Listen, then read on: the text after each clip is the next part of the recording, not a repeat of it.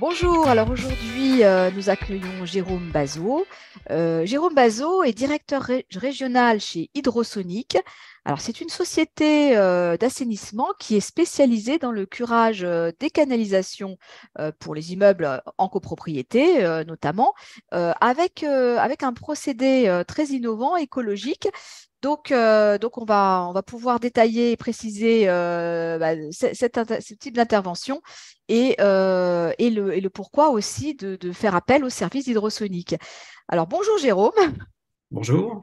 Alors, Jérôme, pour commencer, peut-être je vais vous demander de vous présenter et de nous introduire cette belle société qui est hydrosonique.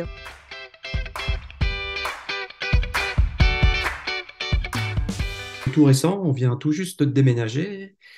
On est actuellement à Bailly-Romainvilliers, en Seine-et-Marne. On est une quinzaine de salariés dans cette entreprise, donc il y a à peu près une dizaine de techniciens et puis cinq personnels administratifs. Le siège social Hydrosonic se trouve juste à côté de Nice, hein, c'est Saint-André-de-la-Roche. Donc c'est une société qui existe depuis plus de 20 ans. Et on a également une autre agence en France, dans l'Est, à côté de Strasbourg, qui est à peu près de taille équivalente à celle de l'Île-de-France. Alors nous, vraiment, le cœur de notre métier, c'est vrai que l'assainissement, c'est quand même un domaine assez vaste. Souvent, quand on pense assainissement, on pense débouchage. En réalité, nous, le cœur de notre métier, c'est plutôt le curage. C'est-à-dire qu'on réalise des chantiers de curage. On nettoie en fait les canalisations et ça, c'est vraiment le cœur de notre métier. Alors pourquoi on fait appel à nous? C'est que en réalité, si vous voulez, dans les copropriétés, enfin dans tous les réseaux d'évacuation, au fil du temps, vous avez les canalisations qui s'encrassent, qui s'entartrent, et petit à petit, le diamètre se réduit. Euh, Au départ, vous aviez une canalisation qui faisait un diamètre 100, et puis au bout de 30 ans, la canalisation ne fait plus qu'un diamètre 50. Et là, forcément, si vous voulez, dès que on rejette une lingette ou tout autre objet, ça s'obstrue, Mhm. ça forme il y a un refoulement, et donc les évacuations, en fait, ne se font plus bien. Donc, en Oui, fait, en fait, notre il y a deux métier, choses. Il y a deux choses, c'est que bon, on pense toujours bon à régler un problème quand on peut pas faire autrement et qu'on est dans l'urgence. Où là, c'est complètement bouché, ça refoule, comme on dit. ah oui, Voilà. Donc là, on se dit, il faut tout déboucher, c'est urgent. Mais en fait, ce qu'on se rend pas compte, parce que tant que l'eau continue à circuler, on n'imagine pas qu'au fil des années, ça s'encrasse et que il y a un dépôt qui se fixe sur les parois des canalisations et que effectivement, à ce moment-là, le risque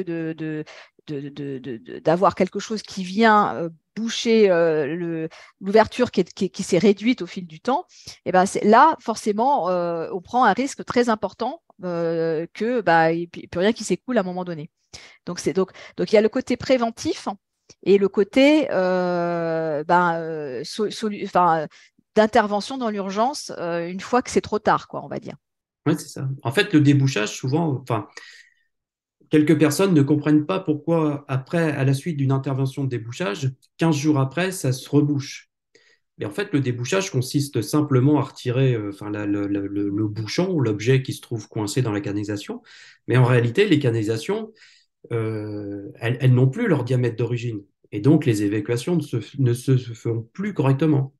Nous, D'accord. Et au donc, moins, et au moins d'incidents, on retombera sur les mêmes les problématiques. Voilà, c'est ça. exactement. Donc, en fait, le débouchage, c'est vraiment, il faut bien avoir en tête que c'est uniquement une opération ponctuelle. Et pour avoir justement, si on est dans le préventif ou avoir une action pérenne dans le temps, il faut curer les canalisations. Donc, curer, ça veut dire, enfin, extraire des fonds ou des PVC, en fait, des canalisations, tout ce qui se trouve à l'intérieur. Et nous, D'accord. lorsqu'on a fini notre chantier de curage ou notre intervention de curage, la canalisation a retrouvé son diamètre d'origine et donc un écoulement normal. Exactement. Donc ça, je pense que c'est vraiment ce que je voulais insister là-dessus, je voulais qu'on revienne là-dessus parce que c'est deux choses qui sont très différentes. C'est Oui, très, oui, très tout à fait. Oui. différent. Voilà. Et souvent, Alors, c'est vrai il y a un mélange un petit peu dans dans les l'esprit des gens, métiers c'est-à-dire et dans les types d'intervention, en fait, voilà, on pense qu'en ayant fait déboucher sa canalisation, le problème il est résolu, mais en fait Hmm. c'est plus compliqué. Exactement. Alors, justement, pour retrouver le bon diamètre et aborder ce curage sereinement, donc, et aussi avec cet état d'esprit peut-être écologique, hein, pour pas utiliser des techniques qui abondent dans des produits chimiques ou autres qui sont plutôt toxiques et qui peuvent abîmer les canalisations. Donc, vous avez développé un procédé très innovant. Et donc, c'est le curage par ultrasons ou aux ultrasons. Et ça, j'aimerais bien vraiment en savoir plus et vous nous expliquer un petit peu comment ça marche.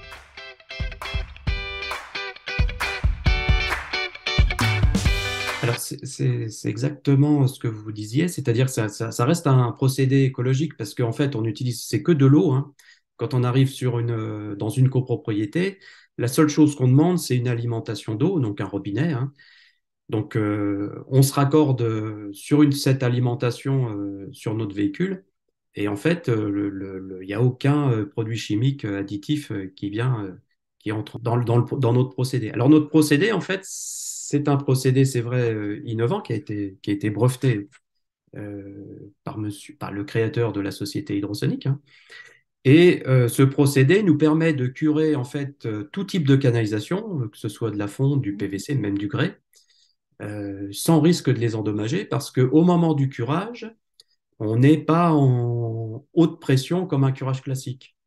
En réalité, le procédé, si vous voulez, vous avez un groupe pompe dans nos véhicules qui développe à peu près 800 bars de pression, et au niveau de la buse qu'on utilise donc justement pour curer, hein, les trous, c'est extrêmement fin, c'est des trous vraiment tout petits. Et les jets, si vous voulez, sont suffisamment puissants pour désagréger tout ce qui se trouve à l'intérieur, alors que ce soit des matières visqueuses ou du tartre, mais avec un volume d'eau très limité, ce qui fait que ça ne met pas les canalisations en pression au moment du curage, et il n'y a aucun risque, si vous voulez, de les fragiliser ou même de les endommager.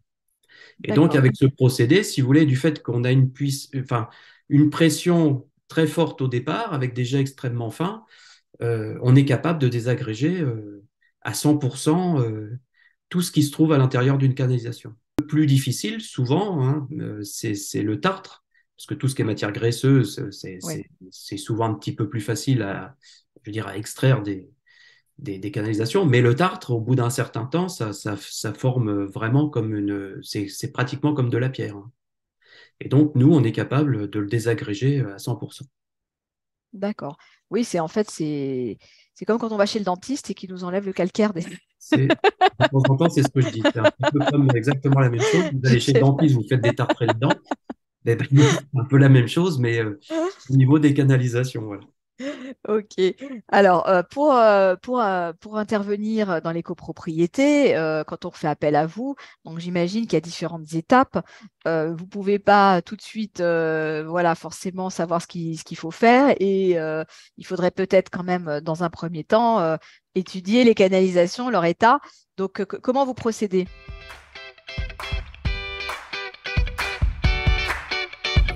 Dès qu'on reçoit une demande, hein, que ce soit un copropriétaire ou un syndic, on prend rendez-vous avec une personne sur place. Et déjà, dans la première étape, c'est d'aller faire un relevé, en fait, Mhm. pour pouvoir établir notre devis. Donc, on va prendre en compte en fait le nombre de canalisations, les accès, quel type de bâtiment, est-ce qu'il y a une toiture terrasse, est-ce que c'est une toiture pentue, est-ce qu'on a accès au pied de colonne, enfin voilà, il y a tout un tas d'informations à prendre en compte. Deuxième étape, lorsque notre devis est accepté, on définit une date d'intervention juste en accord avec les copropriétaires. Arrivé sur place, notre équipe, elle va déjà dans un premier temps passer la caméra dans les canalisations pour voir justement un petit peu vraiment le taux d'entartrement des canalisations. Alors, c'est quoi comme type de caméra, Jérôme? Alors, c'est Parce des que, caméras bon, qui sont spéciales pour l'assainissement, hein. Donc, c'est des d'accord. caméras qui sont Miniaturisé pour oui, passer bah, dans les canaux. c'est assez miniaturisé. En fait, c'est des caméras qui sont au bout d'un jonc et qu'on déroule dans les colonnes. D'accord. Donc ça, on peut passer les caméras souvent uniquement quand on est sur des bâtiments à toiture terrasse, parce que vous avez les ventilations primaires qui sortent du toit, et donc sur une terrasse, on peut inspecter une colonne sur 10, 15, 20, 30 étages sans problème. Mhm. Ça va nous permettre, si vous voulez, cette étape de déterminer la façon dont on va pouvoir intervenir. Il y a deux procédés pour intervenir sur une canalisation, hein. C'est soit vous avez une toiture terrasse, vous avez les ventilations primaires qui sortent de cette toiture. On peut curer du haut vers le bas, Mhm. mais il, f- il faut au préalable s'assurer que la canalisation ne soit pas trop encrassée, parce que sinon le risque, si vous voulez, c'est qu'au moment où vous curez, tous les déchets de curage viennent s'accumuler au niveau du pied de colonne, Mhm. et on risque à ce moment-là, si vous voulez, de créer un bouchon. D'accord. Parce qu'on va tout, Oui, voilà, oui, on parce que les quantités, va tout repousser, on va eh tout oui, voilà, repousser oui, parce qu'on et cure, et au puis final, forcément, les ça va arriver déchets ouais, voilà, ça va viennent s'entasser, ça s'accumuler. va s'accumuler tout en bas, C'est en bas ça. au pied de la colonne. Ah oui. Voilà. Donc, quand les canalisations comme ça sont, et ça arrive, hein, c'est assez fréquent, euh, dans la première étape, en fait, on va curer à partir du pied de colonne et on va curer en remontant sur 5, 6 étages. Donc, c'est-à-dire qu'on va libérer, en fait, toute la canalisation dans les étages inférieurs. Mhm. Et là, on va s'assurer, nous, que, on aura un bon écoulement pour finir la colonne à partir des étages supérieurs. D'accord. Là, on sait qu'après, bah, ça s'écoule correctement parce que la colonne en dessous et puis toute la partie horizontale est propre. Une fois qu'on a... Alors, on cure les colonnes. Chaque colonne curée, bon, les techniciens travaillent en permanence avec cette caméra pour vérifier que le curage est réalisé, enfin, est réalisé et que la colonne est propre. Une fois que la colonne est parfaitement curée, le technicien fait un enregistrement sur une clé USB de cette colonne. Et on remet à nos clients tous les enregistrements de chaque colonne qui a été curée avec notre rapport de curage en fin de chantier. Mhm. Donc le D'accord. client, en fait, quand il reçoit le rapport, une fois que le chantier est terminé, il a également un plan où toutes les colonnes sont numérotées et à chaque colonne correspond la vidéo de la colonne propre. Voilà. Donc c'est la preuve que le travail a été fait et que les canalisations ont retrouvé leur diamètre d'origine. D'accord. Alors Et ça c'était quand c'était en partie verticale, mais sinon il y a après, bah, d'autres. alors une fois Oui, qu'on a curé les verticales, hein, toutes les colonnes, et ben après on va continuer le cheminement, c'est-à-dire qu'on va reprendre toutes les parties horizontales qui se trouvent, alors bien oui, souvent c'est dans les caves ou dans les oui. parkings, et jusqu'au... Alors après il y a des canalisations horizontales qui viennent se piquer sur des collecteurs, des collecteurs qui viennent se repiquer sur des plus gros collecteurs, et on s'arrête, nous, en fait, en limite de propriété, hein, c'est-à-dire dès qu'on arrive sur le réseau de la ville, bah, nous, notre travail s'arrête à ce niveau-là. D'accord. Et Parce que quand on a fini, bah, vous avez un réseau qui est parfaitement propre depuis le dernier étage jusqu'au réseau de la ville. vous traitez vraiment tous les types tous les types de réseaux et de canalisation. À tous les types. Ouais. Voilà. Alors, les principaux, hein, c'est fonte, hein, C'est PVC. fonte. Ouais. Sur des bâtiments plus anciens, type haussmannien, on retrouve encore un petit peu de grès dans les parties, dans les Mhm. caves, par exemple. Mais là aussi, on est capable de curer ces canalisations sans problème. Ok. D'accord. Alors après, une fois qu'on a fait cette opération-là, on est tranquille pour combien de temps? Parce que en fait, bon bah, une fois que c'est fait, ça peut se reproduire bien sûr, mais ça met combien de temps avant qu'on refasse appel à vous alors?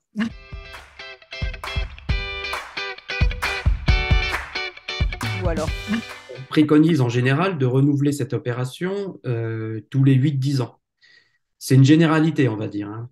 Après, il y a des cas par cas. Si je prends par exemple le cas, on intervient beaucoup dans le 13e arrondissement, on fait des tours de 30 étages. Ah oui. Là, par exemple, si vous voulez, c'est différent parce que vous avez 30 logements qui se rejettent dans une colonne qui fait un diamètre 150. Et forcément, là, l'opération est à renouveler plus fréquemment. On va dire tous les 5, à peu près tous les 4 5 ans. C'est des canalisations qui se réencrassent très, très vite. Et donc, il est nécessaire de réintervenir plus souvent. À l'inverse, quand vous avez des petites copropriétés, ou par exemple avec 2 3 étages, bon, bah, là, faire cette opération tous les 8 10 ans, Mhm. c'est suffisant. Oui. En fait, Ok. nous, il faut qu'on intervienne, si vous voulez, quand, à partir du moment où cette couche de tartre commence à se reformer dans les canalisations et qu'elle soit suffisamment importante pour envisager voilà, de recurer l'ensemble du réseau. Alors, Jérôme, je voulais savoir aussi si le fait que vous aviez cette petite caméra et que vous investiguiez dans les canalisations, est-ce que ça vous permet aussi, par exemple, pour d'autres problématiques, de faire des recherches de fuite ou d'intervenir aussi comme ça sur demande des copropriétaires pour voir s'il n'y a pas des canalisations qui sont endommagées ou est-ce que c'est quelque chose que vous faites aussi? Oui, oui, tout à fait, hein. En dehors enfin, du curage, on a aussi des véhicules pour comment réaliser du pompage. On intervient principalement avec c'est un petit véhicule 4x4, hein. On intervient principalement pour nettoyer aussi les stations de relevage dans les parkings. Euh, Quand il y a des regards, par exemple extérieurs aussi, ça nous sert à pomper ces regards. Et l'autre activité en dehors du curage, hein, c'est effectivement l'inspection vidéo. Donc cette inspection vidéo, souvent, on nous la demande pour 2 raisons. La première raison, souvent, c'est pour avoir enfin, une idée de l'état d'encrassement Hmm. du réseau. C'est-à-dire, il y a des copropriétaires qui nous demandent pour savoir est-ce bien nécessaire de réaliser un curage. Bon, ça permet d'en avoir la certitude, hein, quand ils reçoivent les vidéos et les photos. Bon, ils sont convaincus qu'une action est nécessaire. Et puis la deuxième raison pour laquelle on nous demande souvent enfin, une inspection vidéo, c'est pour rechercher effectivement les raisons pour lesquelles une canalisation fuit. Est-ce qu'elle est fissurée? Est-ce qu'elle est cassée? Et donc, on réalise aussi ce type de prestations assez souvent. D'accord. Et vous arrêtez là. Vous n'allez pas plus loin. Vous ne réparez pas non plus les canalisations. Alors, non, malheureusement, pas encore. Ça reviendra peut-être un jour. Ah, d'accord. Mais non, aujourd'hui, si vous voulez, on se concentre vraiment sur notre activité. Enfin, c'est une activité qu'on maîtrise bien. Enfin, c'est notre métier. Euh, c'est sûr que aujourd'hui, souvent, on nous demande si, suite à cette inspection, quand on découvre, par exemple, une canalisation qui est Oui. cassée ou fissurée, Fissuré, oui. et ce qui semble assez logique, c'est est-ce que vous pouvez assurer la continuité Hmm. du travail, à savoir remplacer la canalisation. Mais aujourd'hui, non, on le fait pas encore. Enfin, on peut le proposer, mais ça sera de la sous-traitance, mais en direct, on ne le fait pas. OK. Alors, est-ce qu'on peut rajouter quelque chose par rapport qu'on n'aurait peut-être pas dit encore? Ou sinon, bah, peut-être on va aborder la fin de l'interview avec une petite conclusion ou un mot de la fin, comme vous voulez, Jérôme. Et dès que vous voyez que vous commencez à avoir des refoulements assez, assez fréquents, ou même vous constatez par exemple une évacuation qui se fait mal, n'hésitez pas à nous contacter, hein. Nos devis, on les fait gratuitement, on se déplace, et donc on est vraiment à votre service pour répondre justement à toutes vos demandes. Ben voilà, donc on mettra toutes les informations, le contact, Voilà. et puis pour tous ceux qui seront concernés et intéressés peut-être soit à vérifier que les canalisations sont en bon état, soit peut-être parce que bon ben ils ont peut-être un peu trop attendu à opter pour le curage de leur canalisation. Et ben on leur donnera bien sûr vos coordonnées. Merci Jérôme Bazot, merci pour toutes ces explications. Ouais. Et de toute façon, on vous retrouve régulièrement maintenant dans le site monimmeuble.com et on va suivre toutes vos actualités. Voilà. Voilà, à bientôt. Merci, Au à bientôt. au revoir.